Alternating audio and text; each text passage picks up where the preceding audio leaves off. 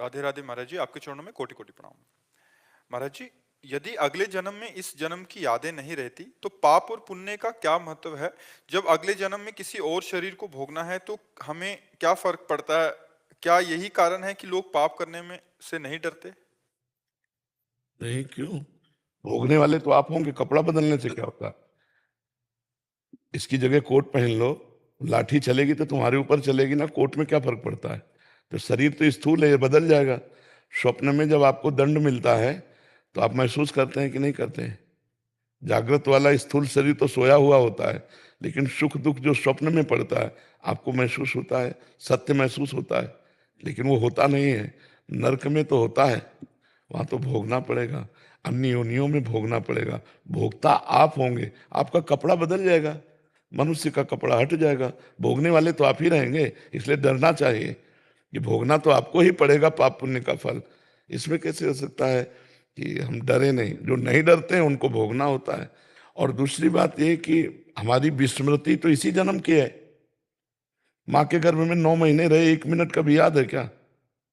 1 minute का भी याद नहीं, 9 महीने रहे माँ के गर्भ में, हम सब रहे ना। तो विस्मृति तो इतनी जोर के, परसों दोपहर के क्या पाया था, अब आपको लौटना पड़ेगा परसों।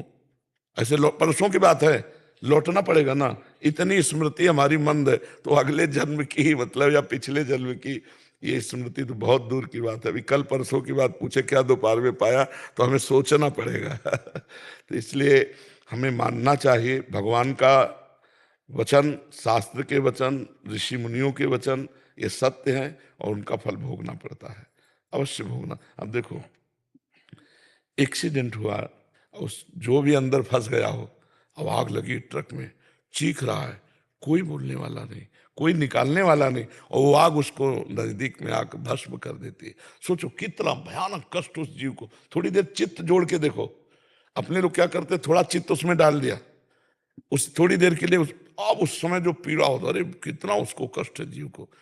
एक आदमी चल नहीं पा रहा, कुष्ठ से, गलित कुष्ठ से पीड़ित है, यहाँ सड़क वहां सड़क, थोड़ी देर चित्त देखो। एक आदमी अंधा है, हम 5 मिनट आंख बंद करके देखें कैसा लगता है, घबराहट पैदा हो जाएगी। वो जन्म से अंधा है। एक आदमी को सुनाई नहीं देता, बोल नहीं सकता, आंखों से अंधा है। अब बोलो क्या जीवन है, क्या जीवन है? कर्म का फल आया, न बोल सकता है, न सुन सकता है, न देख सकता है, अब है क्या जीवन? अब जो पीड़ा है, जो दुख है, जो प्रतिकूलता, केवल सहना है। तो कर्मों का फल तो बड़ा भयानक होता है, हमको डरना चाहिए। ये नहीं कि इस जन्म के कर्म है, अगले जन्म किसने देखा नहीं, आप ही देखोगे। मान लो कार में बैठे हो, एक्सीडेंट करोगे तो पिटोगे कौन? कार पिटेगी कि तुम पिटोगे? हाँ, पहला पिटाई तुम्हारी होगी। तो तुम इस कार के ड्राइवर हो, मालिक हो, तुम्हारी पिटाई होगी, भोगना तुम्हें। थप्पड़ यहाँ मारा जाएगा, लगेगा आपको, नहीं लगेगा? तो बस ये बात समझ लो। हमें बहुत डरना चाहिए, हमसे कोई पाप कर्म ना हो, किसी को दुख न पहुंचे, किसी का मंगल ना हो, तो हमारा मंगल नहीं होगा, हमें दुख कोई नहीं दे पाएगा। और अगर हमने किसी को दुख दिया है तो फिर भोगना पड़ेगा, भोगना पड़ेगा। तो इसलिए बहुत पाप कर्म से डरना चाहिए, नहीं उसको भोगना पड़ता है, कोई भी हो। महाराज जी, यदि थोड़ा सा याद रह जाए पिछले जन्म का कि इस कर्म में ये जब पुण्य याद नहीं तो डिप्रेशन में जा रहे हो, याद होगी तो कर लोगे। बड़े बड़े कृपालु है भगवान, जो याददाश्त मिटा देते हैं। नहीं, नहीं, डर डर की वजह से थोड़ा करता रहेगा, डरा रहेगा। डरता तो जीव वैसे भी नहीं है, क्योंकि जब अज्ञान हो जाता है तो फिर नहीं डरता है। ज्ञान में भय लगता है कि मेरे द्वारा, ज्ञान में क्या भय लगता है? अधर्म आचरण ना हो जाए, कोई पाप कर्म ना हो जाए। भगवान सर्वत्र देख रहे हैं, ये मतलब ये डर तो ज्ञान, अज्ञानी को तो मंदिर में वो दुराचार कर देगा, उसको कोई मतलब नहीं है। अज्ञान बहुत बड़ा फैला हुआ है। क्या ये समाज नहीं देख रही कि गलत कर्म करने वालों को जेल मिल रहा है, फांसी की सजा दी जा रही, गोली मार दी जाती है? क्या फर्क पड़ता है? जेलें भरी हुई हैं, क्या फर्क पड़ता है? क्योंकि अज्ञान है ना। अज्ञान निवृत्त हो जाए तो भय आ जाए कि नहीं, हम भाई ये कर्म नहीं करेंगे जिससे ऐसा दंड। जितने रोग हैं सब पाप का फल है, जितनी प्रतिकूलता है सब पाप का फल है, जितनी जेलें भरी सब पाप का फल है, जितने नर्क बने सब पाप के हैं। तो नरकों का वर्णन सुनो तो एक बार डर लगता है, दूसरे मिनट में फिर खत्म हो जाता है नहीं। माया का इतना प्रबल वेग है, ये जो अंदर होगा सो देखा जाएगा, ये अज्ञान है। इसकी निवृत्ति हो जाए तो होगा कि कदापि नहीं, भूल करके भी मैं पाप नहीं कर सकता, चाहे मुझे मार दो। ये बात किसी ज्ञानी में आएगी, अज्ञानी में नहीं आएगी। अज्ञानी तो पाप कर्म कर ही बैठेगा।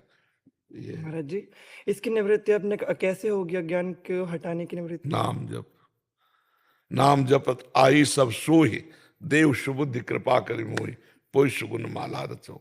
नित्य सुकंठ जो पहिरो तास, राधा राधा राधा राधा राधा, अभी सब ज्ञान हो जाएगा।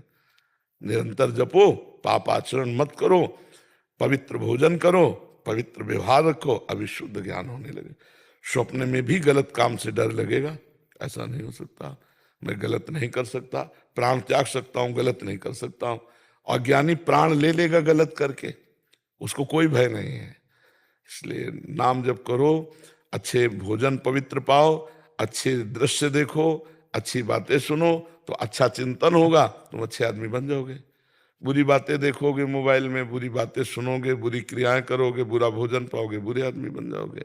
और बुरे कर्म का बुरा नतीजा पक्का भोगना पड़ता है।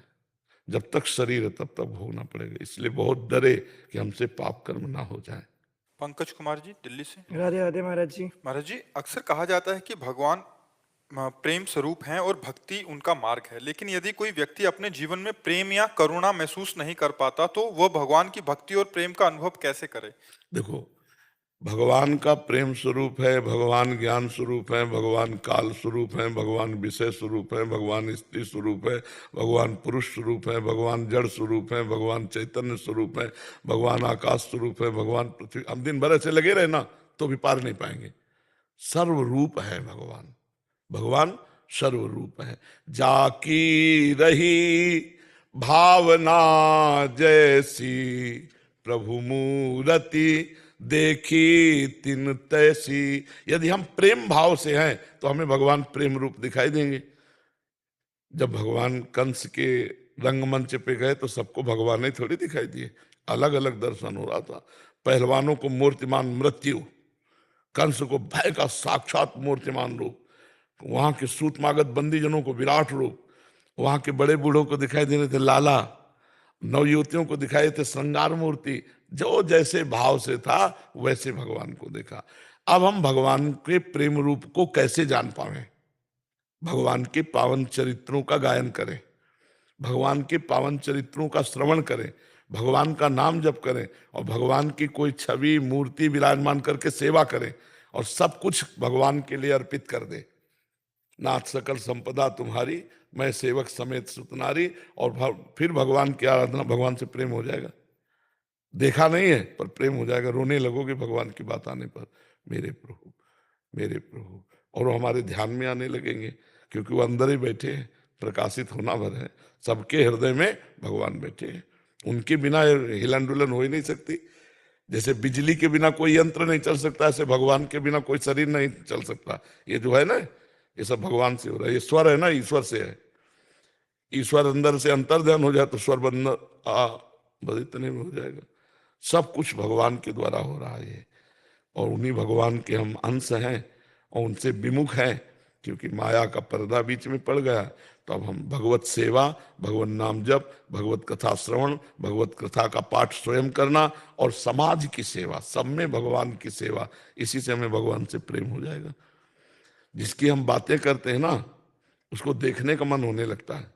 यूट्यूब में आप देखा ना एकांतिक और सत्संग, तो मन आया ना कि चलें वृंदावन एक बार बाबा को देखें। जिसकी हम बातें सुनते तो देखने का मन होता है कि नहीं? ऐसे हम भगवान की बातें सुनेंगे तो मन हो जाएगा यार एक बार भगवान को देखूं। अब हमारे लिए तो तुम वृंदावन आ गए, अब भगवान के लिए कहाँ जाओगे? तो रोना आता है। जब हमारा कोई बस नहीं है तब रोना आता है कि प्रभु हम तुम्हें कहाँ ढूंढें, कहाँ मिलोगे आप? रुदु सुश्रम राजन कृष्ण दर्शन लालसा, हे प्यारे तुम कैसे हो? हमारा कोई बस नहीं, कैसे आपको? बस वो रोना शुरू, जहां रोना शुरू किया तो फिर भगवान उसके हृदय में प्रकाशित होने, शांत, भगवान की रूप माधुरी देखकर आनंद पुलकित। पर ये बहुत लंबा प्रोसेस है, कहने में तो 2 मिनट में हो गया, बड़ा लंबा। प्रभु के लिए रोना बहुत कठिन बात है, नहीं, हृदय से रोना। मतलब बाहरी रोना तो नाटक नौटंकी में भी लोग रो देते हैं, भगवान के लिए हृदय से रोना, मतलब अब सहा नहीं जाता, आपके बिना रहा नहीं जाता वो बात। फिर भगवान यही दर्शन दे देते हैं, ये आज्ञा चक्र में यहीं वो खड़े दिखाई देते हैं या बैठे दिखाई देते हैं, हर समय पास ही रहते हैं, 1 मिनट दूर थोड़ी रहते हैं। समझ रहे? हाँ, नाम जप करो, भागवत का पाठ करो, गीता जी का पाठ करो, माता पिता परिवार की सेवा करो, और कोई नौकरी पेशा करो जिससे परिवार को सुख प्रदान कर सको, और इसी से भगवत प्रेम हो जाएगा। महाराज जी, बट स्थायी क्यों नहीं रहता? जब हम किसी भी महापुरुष की वाणी पढ़ते, भगवान की महिमा चर्चा पढ़ते, स्थायी नहीं रह पाता वो जो प्रेम है, कुछ क्षण के लिए रहता। जो रहे सदा ज्ञान एक रस, तो ईश्वर जी में भेद कहो कस। अगर एक स्थिति बनी रहे तो सिद्ध ना हो जाए, तो फिर अगर अभ्यास करोगे तो सिद्ध हो जाओगे। कम से कम 12 वर्ष एक दिनचर्या चले तो फिर आप देखो कि ये इसमें अंतराय आ जाएगा कि आधा घंटा पहले होता था, अब 1 घंटा स्थिति रहती भगवान में, अब 2 घंटा स्थिति रहती, फिर 10 घंटा, फिर 24 घंटा भगवान में स्थिति, वो सिद्ध हो गया। तो अभ्यास से होगा। कम से कम पहले तो 1 मिनट स्थिति नहीं रहती थी, अब कुछ मिनट तो टिका मन, तो हमको आगे बढ़ाते चला जाना चाहिए, हमको निराश नहीं होना चाहिए। ये 24 घंटे आ जाए थोड़ी स्थिति आ जाएगी, अभ्यास से आएगी धीरे धीरे।